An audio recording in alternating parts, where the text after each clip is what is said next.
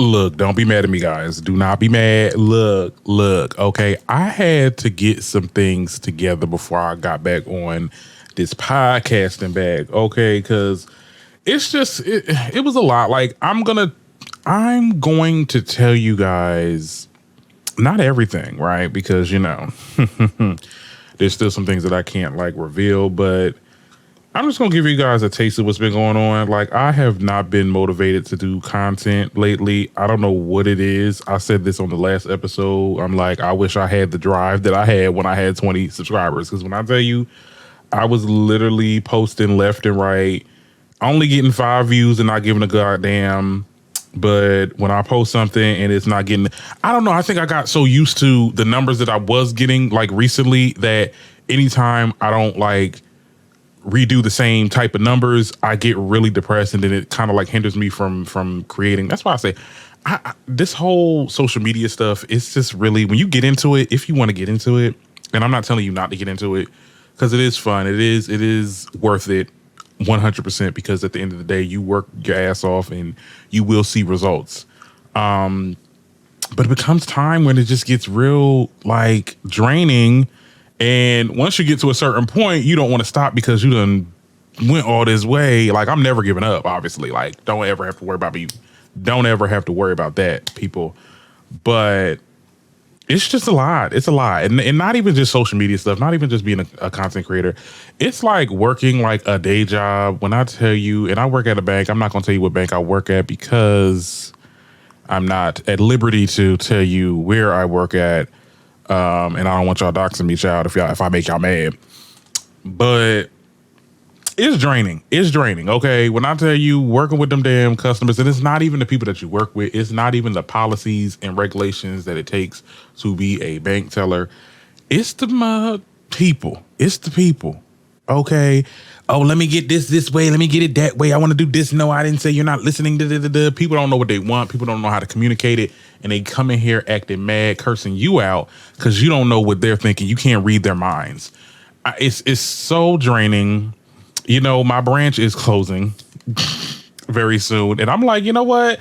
I think this is definitely a sign to switch career paths. Okay, we definitely going to try. After I'm done in October, I'm probably going to find some new work. Okay, this is my passion. Let's be very clear. You guys are my passion.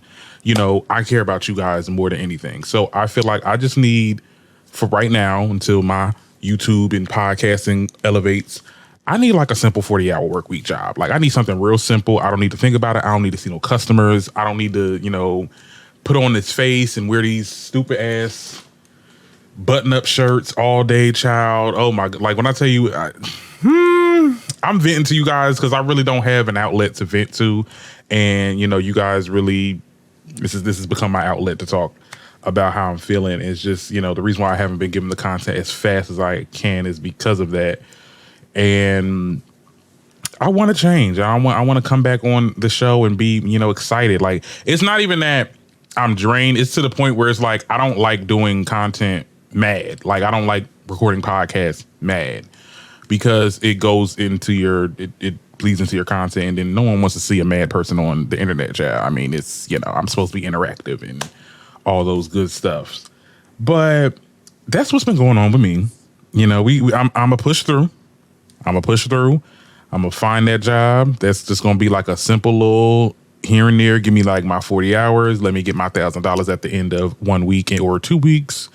And, I'll do my YouTube stuff. But until then, child, bear with me. It's been a minute since I did a podcast. I know, mainly also because, a lot of the topics lately, it's a drought. It is a drought in hot topics. Now, there has been things that popped off. And that's why I'm doing a show today. But, I think doing the 2 shows, it's hard to do 2 shows and still have enough content to cover for the next episode. You get what I'm saying? Like, I would do a show on Tuesday, but then not have enough topics to do a show on Saturday.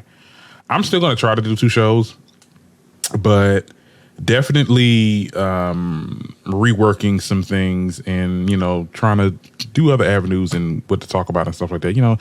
I'm always thinking, child. I'm always thinking how I'm going to do the elevate the show. I'm trying to get people on. You know, I've been going through like not having a co-host, which is definitely something I'm used to doing it by myself at this point. But I think it's interactive when I'm talking to somebody else or somebody doesn't agree. I don't know why random things are just falling in this room. Like everything is just falling over, and I don't know what's going on. Maybe it's the goddamn my demons over here just wrestling, child. Anyway, without further ado, let's get into some topics. So basically, I wanted just to flip through Instagram for a little bit and just, you know, just talk about the topics that has been going on this week and some topics that I actually didn't get to talk about on TikTok or on YouTube. Some that is real near and dear, and some that I'm just like, girl, bye. Let's get all the, you know, the main drama of the week, honey. This whole Keke Palmer situation with Usher and that damn boyfriend. Let's because we didn't want to get no copyright claims, child. Now, for those who don't know, I'm gonna timeline everything. So Usher was seen serenading Keke Palmer during his Vegas residency. So he's been doing these concerts and he has been singing to the girls every time they show up to his show. Okay. Basically, there's several women entertainers in the industry has been going to Usher's concert and was getting their whole life. Okay, let's be very clear. We see Keke, we see Taraji P. Henson. Okay, she over here going to town, town. Okay, we see Sweetie over here with the goo eyes through her shades. We see her. And then, like, you know, just some other people. But, like, apparently, you know, Keke Palmer had this on. She had this outfit on. And the boyfriend didn't like it, okay? This boy named Javaris, so I don't know this man named child. Apparently, he's a writer. Because I didn't know what this man's occupation was for the longest. I thought you was just Keke Palmer baby daddy. Like, you know, I don't know what happened that made you such a hot topic. Let's see. Do I have a picture of him? Do I have a picture of his ass? No, I don't. He's not that. Yeah. No, I don't have any pictures of him. But anyway, he felt a way about Keke Palmer being, you know, sung to by Usher of all people. And he goes ahead and posts on Twitter talking about but look at the outfit though, you a whole mom, right? And what Keke Palmer had on, she had on a see-through dress. You can see, if you look behind, child, you can see her ass, her booty cheeks was out, like he said. And you know, social media was not having it. Okay. Let me see if I can find some posts, because it was real bad for him, because he ended up having to delete his whole Twitter page. He brought it back because I guess he wanted to show that, oh, I don't care, or I'm unbothered or whatever. You was bothered if you had to deactivate your Twitter account, sir.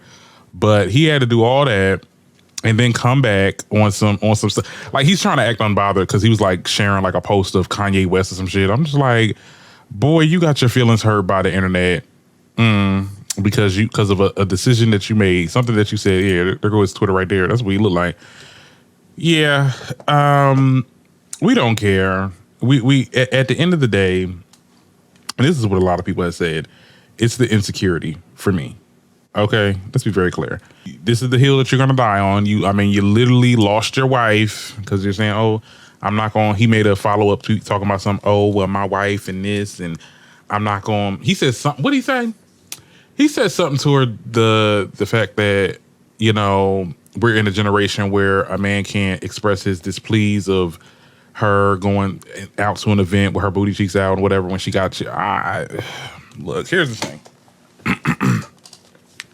And I said this before on my TikTok. I think that his feelings about her going out as a mother of his child are valid. Keep that shit to yourself, though. Okay? Keep it to yourself. And my thing is this: you got mad because people didn't like what you had to say. You brought it to social media. At the end of the day, yes, that is your that is your child, because that ain't your family child, because she not with you. Okay. She on to the next. But you're entitled to feel however you want to feel. But that does not absolve you from getting this heat from the internet once you post it on there. Okay, And that's the moral of the story. That's the moral of this podcast, because we got some other topics like that as well. Okay, what you put out, you'll get back in return. Keke Palmer is well loved in multiple communities. Okay, black community, queer community, whatever you want to call it. So you come out there and essentially what this is, it is kind of slut shaming. It is kind of judging. It's misogyny. I mean, it's all the things under the sun. You didn't think you was gonna get no heat, and then when you got the heat, you sat there and deleted your Twitter, but then you brought it back because you wanted to show that you're like, I don't care about this and this, that, and the third, and my family, my family, my family, my family. Like, anybody gonna tell me how to feel? No one's telling you how to feel. It's just like, curb your damn mouth. Okay, this could have definitely not been on social media. We did not need to know that you had a problem with her outfit. See, what I think happened, I think you lost the argument, because I'm pretty sure there was an argument. There was definitely an argument before she went to that concert and definitely after she went to that damn concert. Okay, and I think he lost that argument and he wanted to take it to social media because he thought that people will be on his side. Well, no, sir. I mean, you got a couple Kevin Samuels prodigies and a couple of the male podcasts that was like, yeah, he right, this, that, and the third. A couple of those, not really much, but you got a lot of hate. You got a lot of hate from a lot of people, and you didn't like that. And you deleted your Twitter. So, I got nothing for you, child. You are a scrub. You just, it's clear now. You got your feelings hurt. You were clearly insecure. And if there's not one thing that my queen, Nicki Minaj, has said before in an interview, if your man not secure, run. Okay? Run for the hills. And my thing is this.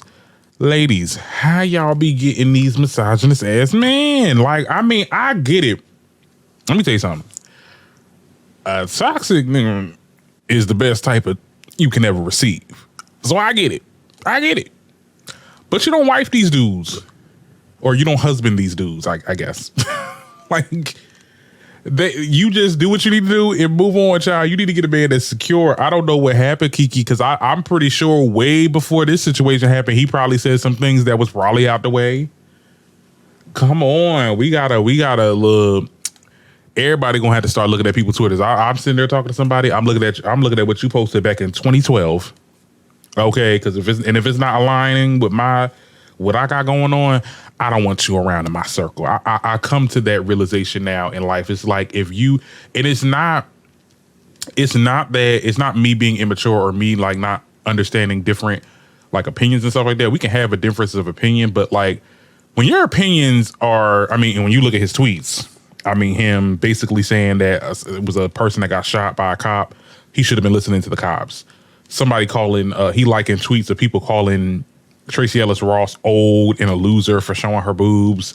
The list goes on, because they was really clocking his ass. They was really looking at some old posts that he said, and it was giving misogyny. It was giving a little anti-black. It was a little anti-black up in there. Like, it was just a lot of things. You're gonna have to do a background check on these people before you sit there. Now you got to share a child with them for the rest of your life. That's the only part I feel sorry for you, Keke, because you got to deal with that. You got to deal with those type of people. But I don't know. Tell me what y'all think about it in the comments. My comments is always open. I always love talking to you guys about the situation. And yeah, it's crazy. Now, speaking of people putting their stuff on social media, and yeah, Dwight, didn't we talk about you before? I feel like I'm gonna look back at my old videos. I felt like we had a whole segment on him. It was something that he did or something. It was something. All I know is this. He's getting a lot of backlash right now because it was a video, some type of, I think a motivational video or whatever the case it was, of him pushing his child to the limit.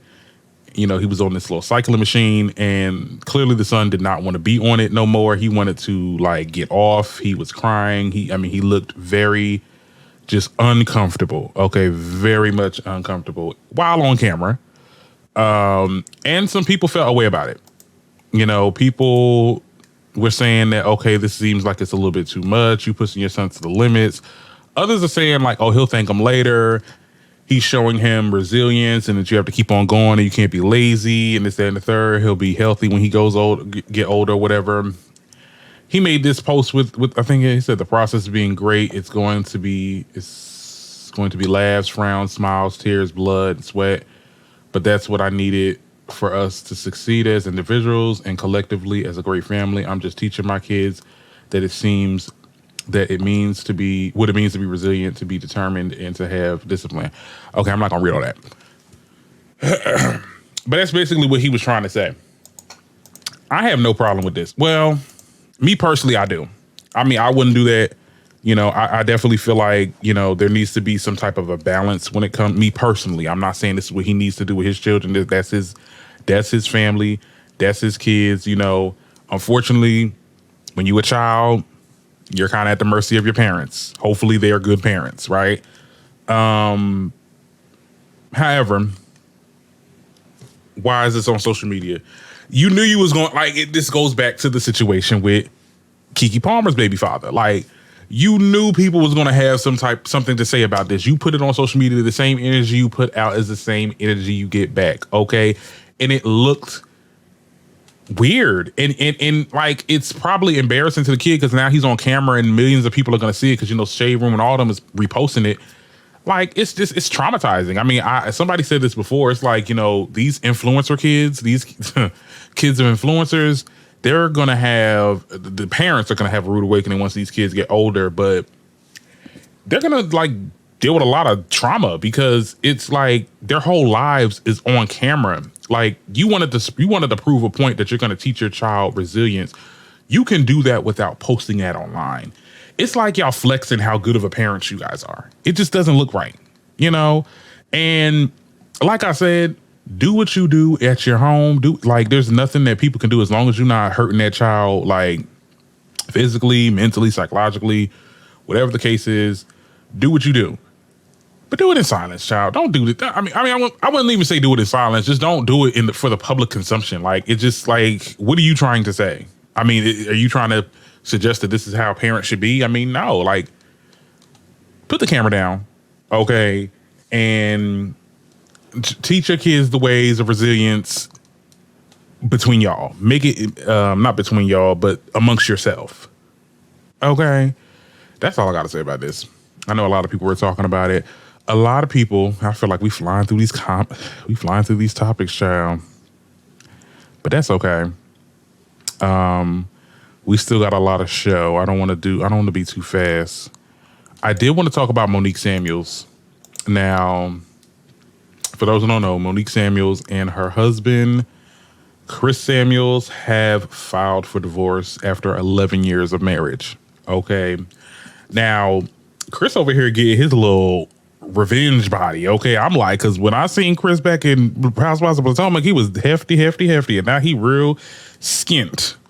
Okay, he real skinty. Okay. So they got divorced. I mean, I was surprised because I felt like the way they portrayed themselves, it seemed very secure and it seemed like they were in good spaces with each other. But apparently, you know, you never know what's happening behind closed doors.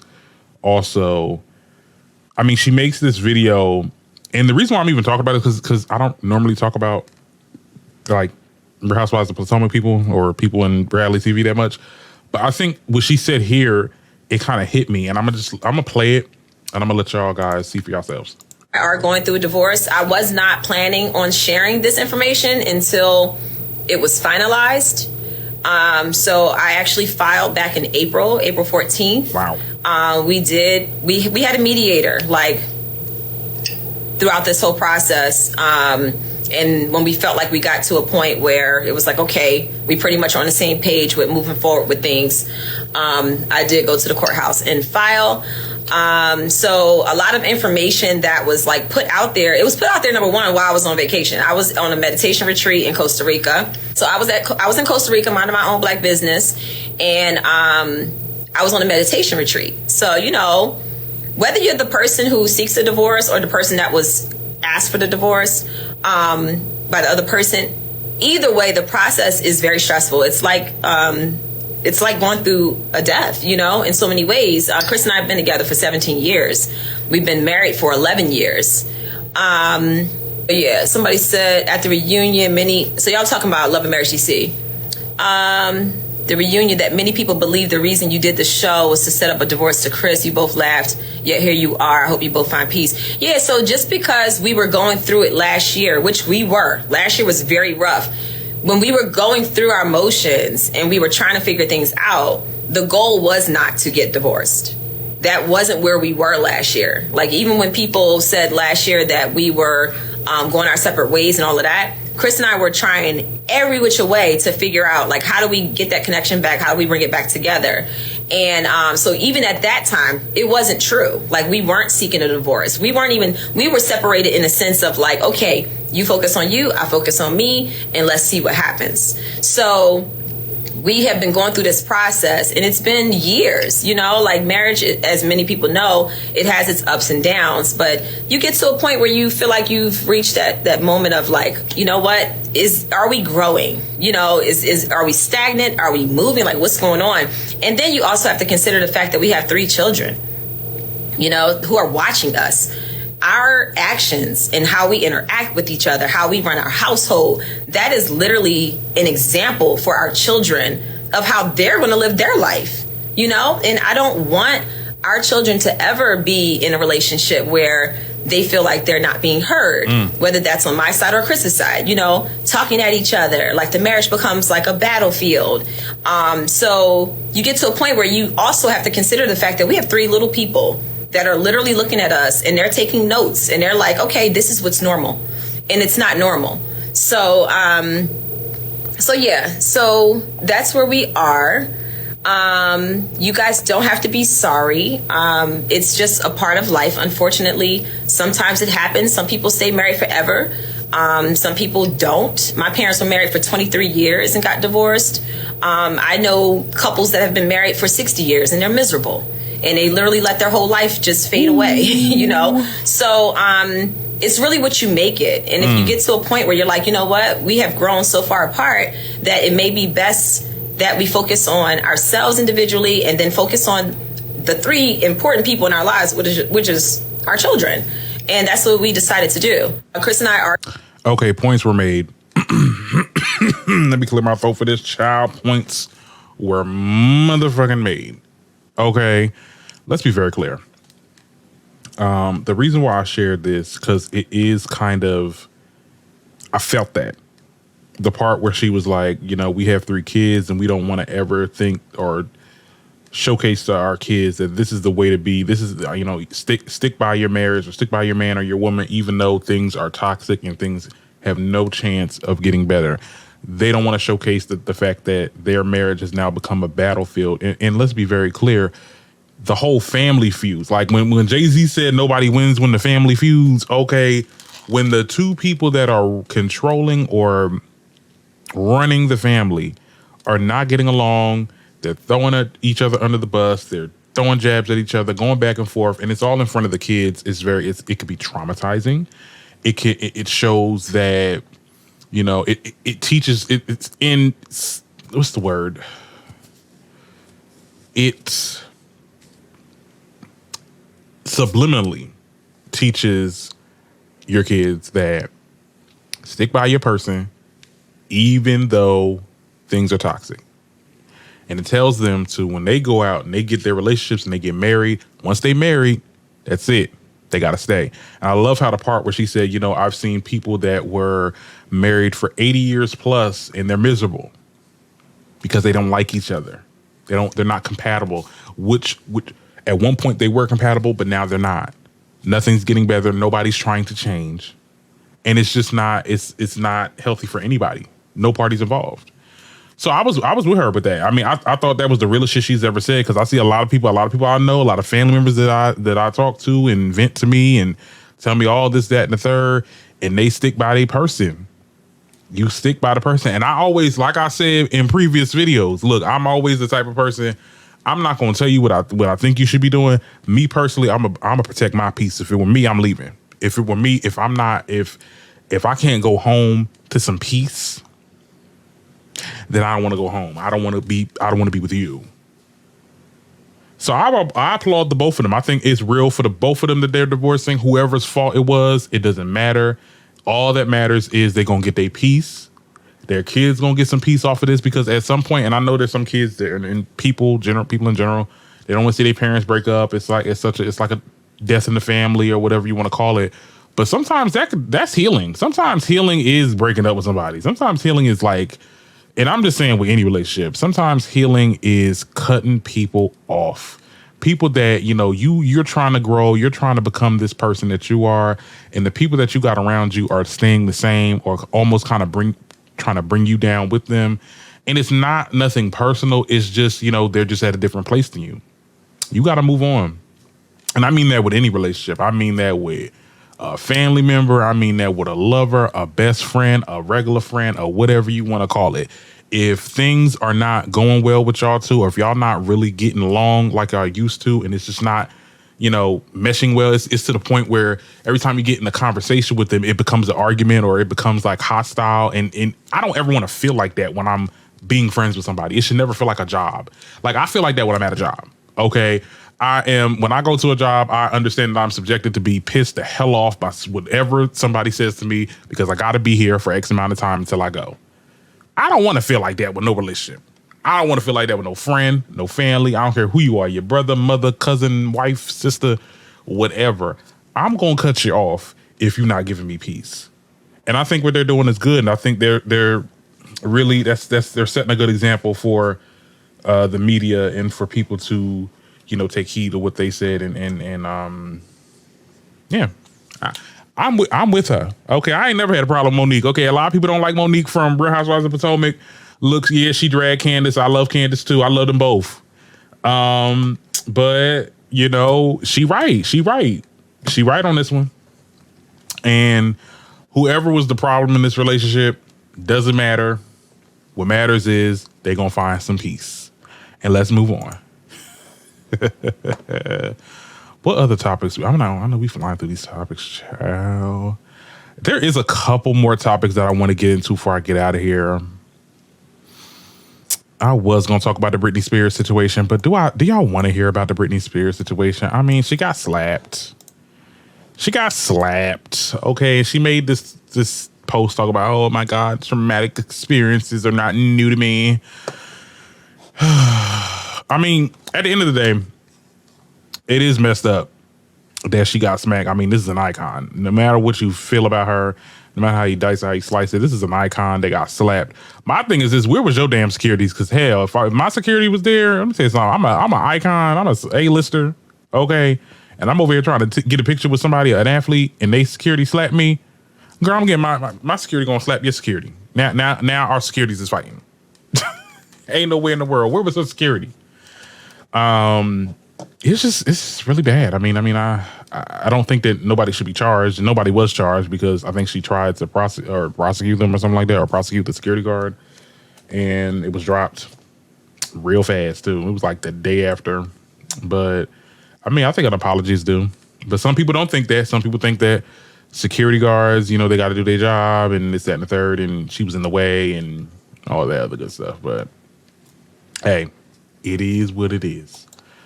Now, one topic that I wanted to get into before I get up out of here, child. Okay, this was a lie. This I think is a conversation that happens every time there's a new award show, there's a festival, or something happens, or people doing what they're doing, right? India Arie speaks out as she criticized Meg Thee Stallion and Janelle Monae for bringing the twerkers on stage during the Essence Fest. Okay, so if y'all don't know about the Essence Fest, it's like a black woman convention. It's like where, you know, a lot of concerts, a lot of panel discussions. It's something for black women, which is something that is important in, you know, our subculture, or, you know, for black people. So that's the Essence Fest. There was a couple of performances, okay, by Meg Thee Stallion and Janelle Monae, and it was, you know, people was twerking, people was having a good time, people was hooping and hollering, okay? Anybody had a care in the world, child. So she makes this lengthy statement. I'm not reading all that. I'm going to definitely paraphrase it, but she basically says certain things don't need to be on stage, and when you do things like that, it becomes mainstream, and if we're going to be mainstream, we should be looked at in a certain light. or we should present in a certain light. I think people should. And the problem with the music industry is that that's not the case. Okay, what's getting the most light, what's getting the most mainstream is being sex positive, being, very sexually explicit with your content, far as music making, rapping, or whatever the case is. I mean, this has been a long standing conversation since the conception of, black entertainers. Where, yes, to a certain extent, I can see where Arie is coming from. Like, there's a lot of sex going on in, the music industry when it comes to, you don't see like what's her name? Can I say Arie Lennox? Because I feel like Arie Lennox is sexual too. Like, I mean, there's not a space for your Roundaway girl, your Erykah Badu's, or maybe a Jill Scott's, but I mean, even Jill Scott, I mean, she was sucking on the mic. So it's just like, I think that there's room for both, but I think that there should be like a highlight on everybody and not just one type of music. I think that people that want to, because I really feel like people like Janelle Monae and people like Meg Thee Stallion, they don't do this because this is a necessity. I think they do it because they want to. They love being sex positive and they love appearing how they appear.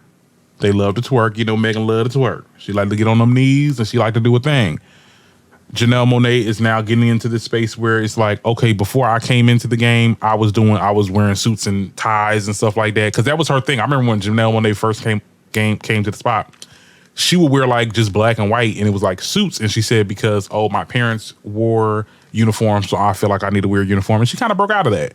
She started to show more skin. She started to show her boobs more, child. She started to be more sex positive and people felt a way about that. I have no issue with people expressing who they are. I get where Arie is coming for also.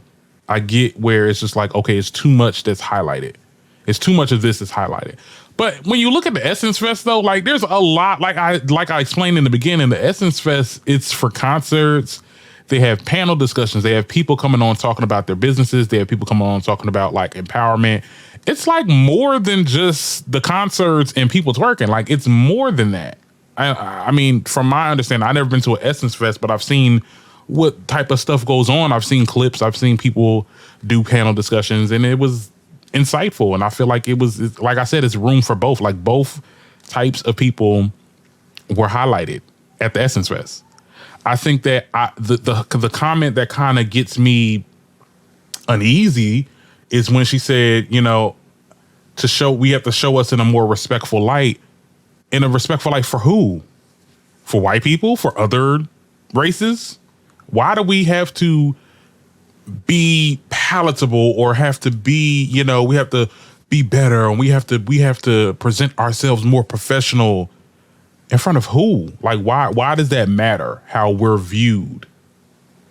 And I think that's where there's a disconnect with me and Arie, because I'm like, girl, I don't care what other people say about us. I don't care if they think that we ghetto, if they think that we over-sexual. Because let's be clear, it's like other races is doing that as well. Like everybody else is doing that. Sex is, unfortunately, it sells, and it's where people are right now, white or black, or Latin or whatever. I mean, I don't know.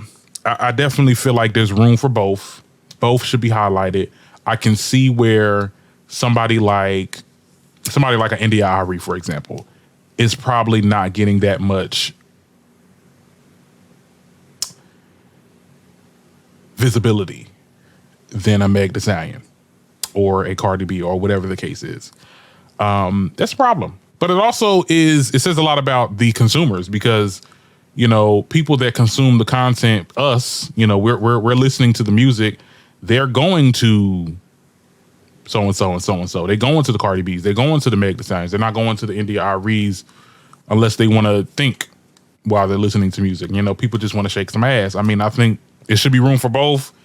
Y'all both should have visibility, but it comes to you have to start looking at the people and not the artists.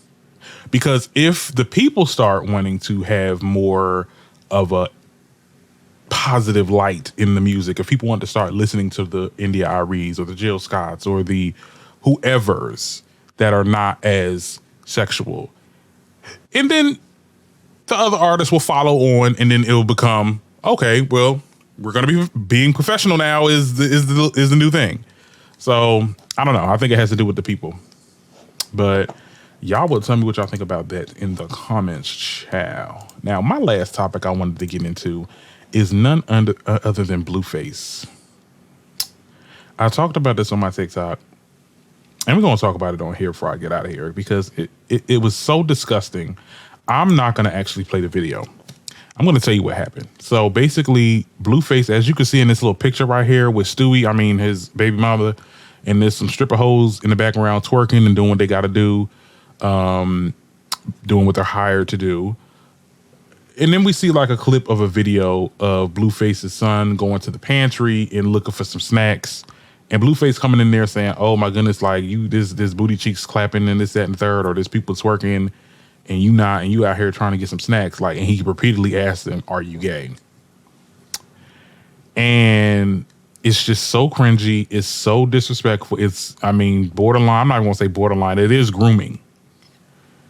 He is grooming that child to have whatever type of sexual arousal with some grown 20, 30 something strippers. And that boy looks every bit of 5 or 3, maybe like 4. But y'all are worried about drag queens reading Charlotte's Web to kids. You know, you see the hypocrisy. You see where I'm going with this? Like, there's so much conversation on, oh, the agenda. They're trying to change our kids.